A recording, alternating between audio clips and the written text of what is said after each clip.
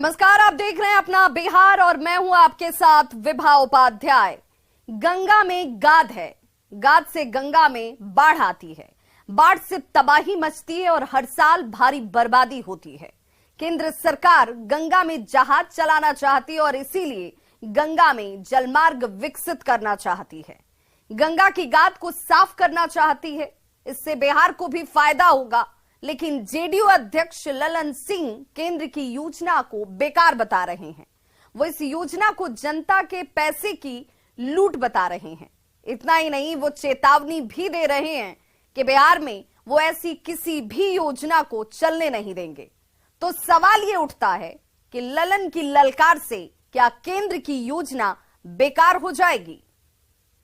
केंद्र सरकार जो योजना बना रहा है जहाज का ना, वो पैसा का बर्बादी कर रहा है। वो योजना कभी सफल नहीं होने वाला है। हम सिंचाई मंत्री जब थे तो केंद्र के लोग आए थे और मुख्यमंत्री जी नीतीश कुमार जी ने उसका लिया था। गंगा का हालत आप लोग को मालूम है ना, कितना ज्यादा इसमें गाद जमा है, कितना भारी गाद जमा है। पहाड़ बन गया है गाद का गंगा नदी में। और गंगा में जो जहाज चलाने की बात कर रहे हैं, वो जनता के पैसा का लूट करने का काम कर रहे हैं। वो जनता का पैसा लूट रहे हैं, इसलिए कि हर साल आप जहाज चलाइएगा, हर साल गंगा के खाद को जो गाद है उसको साफ करिएगा और फिर अगला साल बाढ़ में गाद जमा हो जाएगा। ये पैसा का लूटे ना है। ये सब कोई बिहार में योजना हम लोग नहीं चलने देंगे, निश्चिंत रहिए। किसी परिचय के मोहताज नहीं है ललन बाबू। उन्होंने क्या कहा ये भी आपने सुन ही लिया। अब उनके इस बयान पर सियासत भी तय थी, तो पहले पॉलिटिकल रिएक्शन सुना देते हैं आपको, फिर गंगा पर जारी सियासत की पूरी कहानी बताएंगे। जितने बिहार में गंदगी और भ्रष्टाचार फैला हुए सब गंगा में बहाते हैं, लेकिन केंद्र की योजनाएं बिहार में नहीं आने देंगे गंगा के लिए। आप गंगा को भी दूषित करने में लगे हैं। गंगा को भी आप नहीं बकसने वाले हैं। बिहार को तो नहीं बकस रहे हैं, गंगा माँ को बकस दीजिए। अंतिम समय में सबको वहीं जाना है। बिहार के लिए बनाई गई नमामि गंगे की योजनाएं हो या केंद्र सरकार की गंगा नदी से जुड़ी हुई कोई भी दूसरी योजना हो, उसका बिहार की जमीनी हकीकत और जमीनी समस्याओं से कोई लेना देना नहीं है। वो तो सिर्फ और सिर्फ एक विशेष राजनीतिक दृष्टिकोण से बनाई गई योजनाएं हैं। इसीलिए जब ललन सिंह जी ये बात कहते हैं कि केंद्र सरकार की योजनाएं बिहार में लागू नहीं होनी चाहिए, तो उनका यह कहना है कि चूंकि केंद्र सरकार की किसी भी योजना से बिहार में सुखाड़ और बाढ़ की समस्या का निदान नहीं हो पाएगा। भाजपा के नेतृत्व में चल रही केंद्र की सरकार की यह नीति रही है, बिहार के साथ पक्षपातपूर्ण रवैया अख्तियार करना, बिहार को बिहार का हक नहीं देना और किसी भी योजना को लेकर सिर्फ मार्केटिंग करना, महिमा मंडन करने में और मार्केटिंग करने में तो ये लोग पारंगत है ही। हमारे राष्ट्रीय अध्यक्ष आदरणीय ललन सिंह जी ने इस संदर्भ में जो भी बातें कही हैं एकदम ठीक और उचित कही हैं। गंगा माँ पवित्र नदी है और इसमें अगर कोई भ्रष्टाचार की नदियां बहाने का प्रयास करेगा तो उसे तो सही राष्ट्रीय अध्यक्ष जेडीयू के आदरणीय ललन सिंह जी ने कहा है कि नहीं होने देंगे। केंद्र सरकार गंगा में जहाज चलाना चाहती है, इसलिए गंगा में जल मार्ग विकसित करना चाहती है, गंगा की गाद को साफ करना चाहती है।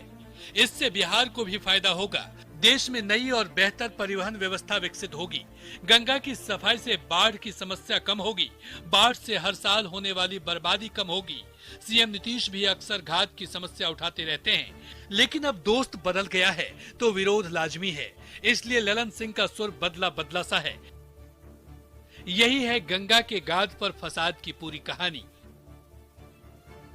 मुंगेर से अरुण शर्मा के साथ पटना से अमित कुमार की रिपोर्ट।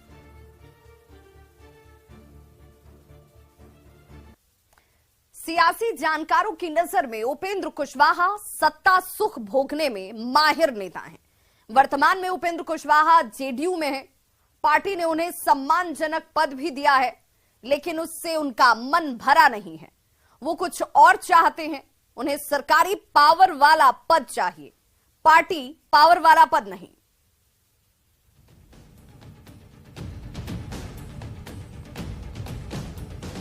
जिस तरह से सियासत में कभी मुद्दे की मौत नहीं होती, उसी तरह से हर नेता की ख्वाहिशें वक्त वक्त पर कुलाचे मारती रहती हैं।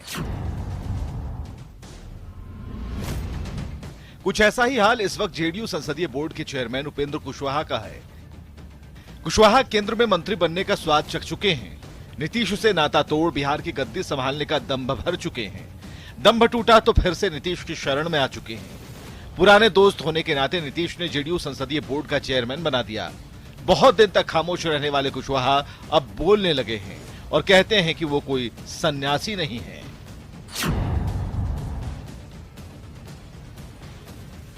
आप ऐसा कह रहे हैं कि मौका मिलेगा, वो हम कोई सन्यासी हैं, मठ में हम बैठे हुए हैं। लेकिन हाँ, अब अपनी ओर से हम कोई डिमांड रख रहे हैं, कोई आकांक्षा रख रहे हैं, ऐसा नहीं है। बात निकली है तो दूर तलक जाएगी। कुशवाहा के नीतीश पुराने मित्र हैं, इसलिए हर फैसला मुख्यमंत्री पर ही छोड़ रहे हैं। ऐसे विषयों पर निर्णय लेना माननीय मुख्यमंत्री जी का काम होता है, निर्णय लेंगे, लेकिन इसको लेकर के कोई बहुत चर्चा की जाए इसकी जरूरत नहीं है। अटकलें हैं कि खरमास के बाद नीतीश कैबिनेट का विस्तार हो सकता है, तो सही वक्त पर उपेंद्र कुशवाहा ने गेंद को उछालकर सीएम के पाले में डाल दिया। जवाब भी मुख्यमंत्री जी ही दे सकते हैं। मंत्रिपरिषद का कब विस्तार होना है और किनको लाना है नहीं लाना है, इस पर दूसरा व्यक्ति क्या जवाब देगा? यह विषय तो सीधे मुख्यमंत्री जी का विषय है। सही वक्त पर कुशवाहा की ख्वाहिश उड़ान भर रही है, इसलिए उन्हें अच्छा लगता है कि सही समय पर चर्चा हो रही है।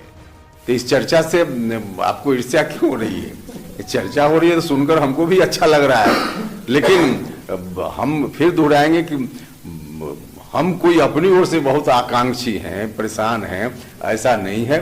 हम जहां हैं पार्टी की सेवा, लोगों की सेवा कर रहे हैं और हर तरह से ठीक ठाक कर रहे हैं। ख्वाहिशों की आहुति देने वाले को सन्यासी कहते हैं और ख्वाब को आंच देने वाले को सियासी कहते हैं। पटना से शैलेंद्र कुमार की रिपोर्ट।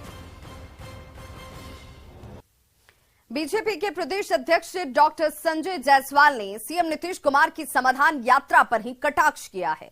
साथ ही आरोप लगाया कि केंद्र की योजनाओं पर मुख्यमंत्री अपना नाम कमाने में लगे हुए हैं।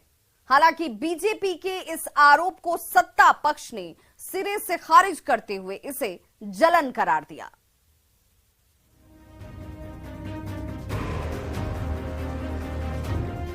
सीएम नीतीश समाधान यात्रा कर रहे हैं, हर समस्या के समाधान का दावा कर रहे हैं। बीजेपी हर दावे को खारिज कर रही है। बीजेपी कह रही है कि सिर्फ दिखावा हो रहा है, जमीनी हकीकत कुछ और है। बीजेपी का कहना है कि राज्य सरकार के पास अपनी कोई योजना नहीं है, सिर्फ केंद्र की योजना पर सियासी जमीन राज्य सरकार तलाश रही है। बीजेपी के मुताबिक समस्याएं जस की तस है, सिर्फ ढिंढोरा पीटा जा रहा है। हालांकि सत्ता पक्ष वाले कहते हैं कि ये जलन की भाषा है। एक भी प्रेस ब्रीफिंग नहीं होती है कि जिस जिले में वो पहुंचे वहां की जो केंद्र सरकार की योजनाएं हैं, जिनके लिए वो भूमि नहीं दे रहे हैं, जिनके लिए वो कोई कार्य नहीं कर रहे हैं, अपनी तो कोई योजना उनकी है नहीं, जो भी योजना है केंद्र सरकार की है। एक गांव को 15 दिन पहले से बुला के रंग रोगन किया जाता है और उसी गांव के विकास को माननीय मुख्यमंत्री जी पूरे बिहार का विकास स्वयं ही समझ लेते हैं। संजय जायसवाल जी से तो कोई सरकार की तरफ से हम लोग समर्थन की उम्मीद भी हम लोग कभी नहीं रखते। ये तो उनकी मजबूरी है। कल तक इसी सरकार की इन्हीं नीतियों की वो प्रशंसा करते थे और आज उसी की आलोचना करते हैं। तो हमें तो इसमें कुछ अस्वाभाविक लगता नहीं है, ये मानते हुए कि ये उनकी मजबूरी है। यात्रा सफल है या असफल, विपक्ष जलता है या हकीकत बयां कर रहा है, ये तो 2025 में मालूम चलेगा। क्योंकि भीड़ अगर वोट बैंक में तब्दील हो गई तो सत्ता पक्ष की बात सही निकलेगी और अगर भीड़ वोट बैंक में नहीं बदली तो विपक्ष के बातों पर मुहर लगेगी। लेकिन ये सब भविष्य के गर्त में है। पटना से संवाददाता शैलेंद्र की रिपोर्ट। और बड़ी खबर इस वक्त आ रही है बिहार में जातिगत जनगणना से जुड़ी हुई, जिसमें बिहार में जातिगत जनगणना के लिए 6 जून को राज्य सरकार की ओर से जारी नोटिफिकेशन को रद्द करने की मांग का मामला सुप्रीम कोर्ट पहुंचा है। नोटिफिकेशन को सुप्रीम कोर्ट में चुनौती दी गई। याचिका में कहा गया है कि जातिगत जनगणना का नोटिफिकेशन संविधान की मूल भावना के खिलाफ है। याचिका में जातिगत जनगणना के नोटिफिकेशन को रद्द करने की मांग की गई है।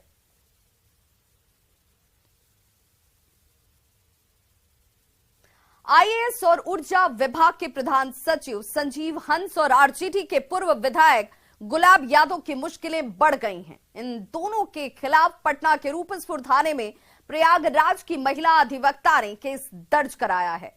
इन दोनों पर ही गैंगरेप के अलावा दूसरे कई संगीन आरोप हैं और इस मामले को लेकर तीसरे आरोपी और गुलाब यादव के नौकर ललित यादव पर भी केस दर्ज कराया गया है। अधिवक्ता पहले पटना के महिला थाने में गई थी, लेकिन पटना पुलिस ने कोई कार्रवाई नहीं की, जिसके बाद पीड़िता ने न्यायालय का दरवाजा खटखटाया, गुहार लगाई और अब न्यायालय के आदेश पर पुलिस ने केस दर्ज कर कार्रवाई शुरू कर दी है। इस पूरे मामले में और ज्यादा जानकारी दे रहे हैं रूपसपुर थाने से संवाददाता संजय कुमार। ऊर्जा विभाग के प्रधान सचिव संजीव हंस, राजद के पूर्व विधायक गुलाब यादव और गुलाब यादव के नौकर ललित यादव के खिलाफ पटना के इस रूपसपुर थाने में एक केस दर्ज किया गया है। प्रयागराज उच्च न्यायालय की महिला अधिवक्ता ने उनके खिलाफ एक केस दर्ज कराया है। दरअसल इस महिला अधिवक्ता का आरोप है कि ऊर्जा विभाग के प्रधान सचिव संजीव हंस और राजद के पूर्व विधायक जो गुलाब यादव हैं, उन्होंने गैंग रेप की घटना को अंजाम दिया है और इसी को लेकर वो पहले पटना के महिला थाने की पुलिस के पास गई थी, लेकिन महिला थाने की पुलिस ने एफआईआर लॉन्च नहीं किया। उसके बाद दानापुर व्यवहार न्यायालय ने इस पूरे मामले में पटना पुलिस को कार्रवाई का निर्देश दिया और रूपसपुर थाने में संजीव हंस और गुलाब यादव के खिलाफ और उनके जो नौकर हैं उनके खिलाफ आईपीसी की धारा 323, 341, 376, 376 डी, 420, 312, 120 बी, 504, 506/34 के साथ साथ आईटी एक्ट की धारा 67 के तहत केस दर्ज किया गया है। मामले की गंभीरता को देखते हुए इस पूरे मामले की जांच पटना एसएसपी ने, जो मानवजीत सिंह ढिल्लो हैं, उन्होंने दानापुर अंचल की जो पुलिस इंस्पेक्टर है मंजू कुमारी, उनको अनुसंधानकर्ता बनाया है और इस पूरे मामले की छानबीन इंस्पेक्टर के स्तर पर शुरू कर दी गई है। इस पूरे मामले में जो पुलिस सूत्रों से जानकारी मिली है, जो पीड़िता हैं प्रयागराज उच्च न्यायालय के अधिवक्ता, उन्हें 12 जनवरी को थाने में उपस्थित होकर अपना बयान दर्ज करने का निर्देश दिया गया है। दरअसल जो महिला हैं, पीड़िता अधिवक्ता हैं, उन्होंने आरोप लगाया है कि संजीव हंस और गुलाब यादव ने उनके साथ गैंगरेप की घटना को अंजाम दिया है और उसके बाद उन्हें एक पुत्र भी हुआ जिसे उन्होंने मानने से इनकार कर दिया। डीएनए टेस्ट कराने की भी मांग की गई थी। जाहिर सी बात है, अब संजीव हंस हो या गुलाब यादव, उनकी मुश्किलें अब बढ़ गई हैं, चूंकि पुलिस ने अब इसमें क्रिमिनल केस दर्ज कर लिया है और इस पूरे मामले का अनुसंधान भी पटना पुलिस ने शुरू कर दिया। इस पूरे मामले में पटना पुलिस का ये कहना है, एसएसपी का कहना है कि उनकी तरफ से, उनकी टीम की तरफ से कोई कोताही नहीं की गई है और जो भी आदेश होगा, एडीजी मुख्यालय का कहना है कि जो भी न्यायालय का आदेश होगा उसके तहत कानून सम्मत कार्रवाई की जाएगी। तो निश्चित तौर पर इस मामले में अब आईएएस पदाधिकारी और राजनेता जो पूर्व विधायक हैं, उनकी मुश्किलें बढ़ गई हैं। देखना होगा इस पूरे मामले में अब वो कैसे, जो आपराधिक मामला उनके खिलाफ दर्ज किया गया है, उसको कैसे उसका सामना वो करते हैं और आने वाले दिनों में इस केस की परिणति किस रूप में सामने आती है। कैमरा पर्सन दीपक के साथ संजय कुमार, न्यूज 18, रूपसपुर थाना, पटना। तो ऊर्जा विभाग के प्रधान सचिव और आईएएस अधिकारी संजीव हंस, साथ ही साथ आरजेडी के पूर्व विधायक गुलाब यादव के मामले में पटना पुलिस ने अपनी तरफ से सफाई दी है। पटना के एसएसपी मानवजीत सिंह ढिल्लो ने कहा है कि इस पूरे मामले में पटना पुलिस की तरफ से किसी तरह की कोई लापरवाही नहीं बरती गई है और कोर्ट का जो भी आदेश होगा पटना पुलिस उसके अनुसार कार्रवाई करेगी। का तो इसमें कोई रोल ही नहीं है, इसका मैं आप लोगों को ब्रीफिंग दे देता हूं। एक परिवादिनी थी गायत्री देवी। गायत्री देवी ने पिछले साल दानापुर कोर्ट में एक परिवाद पत्र दिया। उस परिवाद पत्र का संज्ञान लेते हुए कोर्ट ने पुलिस को रूपसपुर थाना में उसका घटनास्थल परिवादिनी ने बताया था और बताया कि मेरे साथ जो एक एक्स एमएलए हैं गुलाब यादव और जिनका एक एक्स ये वर्तमान आईएएस ऑफिसर हैं, कि उन लोगों ने मेरे साथ अवैध संबंध बनाया। और भागलपुर के लोगों को फरवरी माह के अंत तक एक नया सुपर स्पेशलिटी अस्पताल मिलने की उम्मीद है। 200 करोड़ की लागत से 7 मंजिला सुपर स्पेशलिटी अस्पताल का निर्माण का काम अब अपने अंतिम चरण में है। हालांकि अस्पताल में ओपीडी सेवा शुरू करने को लेकर अब तक 3 बार डेडलाइन फेल हो चुकी है। हालांकि ओपीडी सेवा शुरू करने के लिए तैयारियां जो है वो जोर शोर से जरूर की जा रही हैं। जनवरी के अंतिम सप्ताह में स्वास्थ्य विभाग अस्पताल के उद्घाटन की तैयारी में है। आपको बताते चलें कि सुपर स्पेशलिटी अस्पताल के शुरू होने से कई जिलों के मरीजों को फायदा हासिल होगा। ज्यादा जानकारी दे रहे हैं संवाददाता विकास कुमार सिंह। फरवरी माह के अंत तक भागलपुर वासियों को एक नया अस्पताल मिल सकता है। 200 करोड़ रुपयों की लागत से भागलपुर में सुपर स्पेशलिटी हॉस्पिटल बनकर पूरी तरह से तैयार हो गया है। भवन निर्माण का जो कार्य है वो अंतिम चरण में है। लगभग जो है तैयारी सारी पूरी कर ली गई है और कयास यह लगाया जा रहा है कि फरवरी माह के अंत तक यहाँ पर ओपीडी सेवा जो है वो शुरू कर दी जाएगी। हालांकि 3 बार जो है ओपीडी सेवा शुरू करने की कोशिश की गई थी और तीनों डेडलाइन जो है वो फेल हो चुका है। हालांकि अब जाकर यह कयास लगाया जा रहा है कि फरवरी माह के अंत तक यहां पर ओपीडी सेवा शुरू कर दी जाएगी। यह 7 मंजिला अस्पताल है और हर एक फ्लोर पर जो है एक विभाग होगा और खासकर यह अस्पताल में ओपीडी सेवा शुरू हो जाने के बाद भागलपुर के चिकित्सा महाविद्यालय मायागंज अस्पताल में जो मरीजों का दबाव होता था वो कम होगा और खास करके वैसे मरीज जिनका इलाज जो है भागलपुर के मायागंज अस्पताल में संभव नहीं था वो यहाँ पर वैसे मरीजों को लाभ मिलेगा। खासकर यहाँ से भागलपुर के मायागंज अस्पताल से मरीजों को राजधानी पटना और दिल्ली रेफर कर दिया जाता था। कहीं ना कहीं यह अस्पताल शुरू हो जाने से वैसे मरीजों का इलाज यहाँ पर संभव हो पाएगा। Vikas Kumar Singh, news 18 Bhagalpur. National dietetics day के मौके पर आईजीआईएमएस में डॉक्टरों ने मरीजों के बीच अनोखे ढंग से जागरूकता कार्यक्रम चलाया और डाइट को लेकर प्रश्नोत्तरी कार्यक्रम के जरिए लोगों से सवाल और जवाब किए गए। इस प्रश्नोत्तरी कार्यक्रम में शामिल हुए अधिकतर लोगों ने खान पान से जुड़े हुए सवालों के गलत जवाब दिए, जिससे ये जाहिर होता है कि अब भी लोगों के अंदर खान पान में पौष्टिक आहार के प्रति जागरूकता की भारी कमी है। इसके अलावा उनके अंदर कई तरह की भ्रांतियां भी हैं। क्या ये भ्रांतियां क्या है इनके अंदर और कैसे खान पान में पौष्टिक आहार को शामिल किया जाए, इन तमाम बातों को लेकर चलाए गए इस प्रश्नोत्तरी कार्यक्रम का जायजा लिया हमारे संवाददाता ने। नेशनल डायटेटिक्स डे है, ऐसे में आईजीआईएमएस में अनोखे ढंग से लोगों को जागरूक किया जा रहा है। तो इस वक्त प्रश्नोत्तरी जो कार्यक्रम है उसकी तस्वीर आपको दिखा रहे हैं कि देखिए यहाँ पर जो अस्पताल कर्मी है, चिकित्सक हैं, वो प्रश्न और उत्तर दोनों यहाँ पर कर रहे हैं। उसके साथ साथ लोगों को अवार्ड भी दे रहे हैं ताकि लोग खान पान के प्रति जो है जागरूक रहें, क्योंकि भाग दौड़ की जिंदगी में जो है डाइट का कितना महत्व होता है ये डॉक्टर लोगों को बता रहे हैं। क्योंकि जागरूकता का कार्यक्रम है और खाना में जागरूकता सब सर्वोपरि है। चाहे वो किसी परिवेश का मरीज हो, चाहे आम आदमी हो, चाहे वो गरीब हो, चाहे अमीर हो, खाना सबके लिए संतुलित और संयमित होना बहुत जरूरी है। और इसी को लेके आज जो हम लोग प्रोग्राम कर रहे हैं इंडियन डायटेटिक्स डे या नेशनल डायटेटिक्स डे, इसके अंतर्गत हम लोग मूल प्रश्न पूछ रहे हैं ताकि किन बीमारियों में कौन सी चीजें खा सकते हैं, कौन सी चीजें नहीं खा सकते हैं। जैसे कि हमारे डायटिशियंस ने आज बताया कि खांसी की बीमारी अगर है या दमे की बीमारी है तो ये भ्रांति है कि लोग इसमें दही नहीं खा सकते हैं। दही बिल्कुल खा सकते हैं, लेकिन भ्रांति बचपन से हम लोग सुनते आए हैं कि दही नहीं खाना है। तो ऐसी बहुत सारी चीजें हैं जो हम खा सकते हैं, जो हमारे लिए अनुकूल है, और कुछ ऐसी चीजें जो हमारे प्रतिकूल है। कहीं ना कहीं जो भ्रांतियां हैं उसको दूर करने की कोशिश की जा रही है, क्योंकि जो ऑब्जेक्टिव दिए जा रहे हैं उसका लगभग गलत जवाब मिल रहा है। तो लोगों के बीच जागरूकता जरूरी है और आईजीआईएमएस की पूरी कोशिश है कि जो खासकर ऐसे डे हों उस डे को हम सही रूप में मनाएं और लोगों को जागरूक भी करें। रजनीश कुमार, न्यूज़ 18 पटना।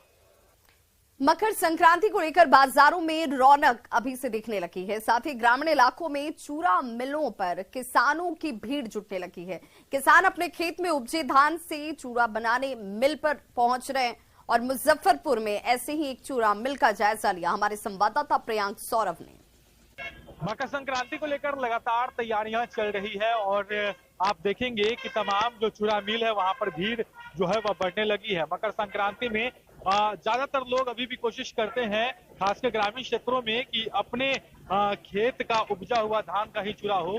और कहीं ना कहीं इस पर्व की यही खासियत होती है कि अपने खेत में जो उपजा हुआ धान होता है उसका चूरा लोग बनाते हैं या फिर लाई बनाते हैं और उसका प्रयोग करते हैं। मिल पे है, यहाँ पर चूरा कुटवाने आया है। चूरा कुटवा के ही खा रहे हैं, रेडीमेड भी मिलता है। नहीं, चिवड़ा हम लोग अपना खेत से उपजा हुआ चिवड़ा कुटवाते हैं और धान को कुटवाते हैं संक्रांति के लिए। हाँ, मकर संक्रांति के लिए। चूड़ा लेके मतलब यहाँ कितना धान लेके आए हैं? यहाँ तो हम 50 केजी के लमसम में लेके आए हैं पर्व के लिए। पर्व के लिए अपने खेत का चूड़ा ही खाना है। हाँ हाँ। और इसका और क्या मतलब खाली धाने है कि और कुछ लेके आए? साथी है वो जो पर्व में काम देता है। सब पर्व के लिए है ना? धान लेके आए हैं। धान में लेके आए हैं चूड़ा के लिए मतलब मकर संक्रांति के। तो आपने देखा किस तरीके से तमाम लोग जो है वह चूड़ा कुटवाने के लिए पहुंचे हैं। ग्रामीण क्षेत्र में खासकर ऐसी भीड़ देखी जाती है। जो भी अन्न हुआ है उसका लाई बनाकर वो लोग इस मकर संक्रांति में खाएंगे। मुजफ्फरपुर से न्यूज 18 के लिए प्रियांक सौरभ। तो मुजफ्फरपुर के बाद पटना की तस्वीर भी दिखाते हैं। संक्रांति को लेकर तिल और तिलकुट की खरीदारी जोरों पर चल रही है। बाजार में कई ऐसे दुकान आपको मिल जाएंगे जहां बाहर से कारीगर पहुंचकर तिलकुट बना रहे हैं। बाजार में चीनी के तिलकुट के साथ साथ गुड़ के तिलकुट और शुगर फ्री तिलकुट की भारी डिमांड है। दुकानों पर आम लोगों के साथ साथ खास लोग भी पहुंच रहे हैं। पूर्व डिप्टी सीएम रेणु देवी भी तिलकुट की खरीदारी करती नजर आई और उन्होंने कहा कि संक्रांति का पर्व साल में एक बार मनाया जाता है और इसीलिए वो खुद तिलकुट खरीदने के लिए पहुंची हैं। अपने रिश्तेदारों परिवारों को तिलकुट और तिल उनकी तरफ से दिया जाएगा। निश्चित रूप से देखिए, ये त्योहार जो है हमारे लिए बहुत ही बड़ा त्योहार होता है। जो खरवास खत्म होगा और शुभ मुहूर्त शुरू होंगे, लेकिन बच्चों को जो हम लोग की बहू बेटी है, जो बहन है, जो बाहर रहती है, उनको लगता है कि माँ के घर से कुछ आएगा, तो उसके लिए पहले खरीद के हम लोगों को भेजना पड़ता है। तो इस बुलेटिन में बस इतना ही, लेकिन न्यूज 18 बिहार झारखंड पर खबरों का सिलसिला लगातार जारी है।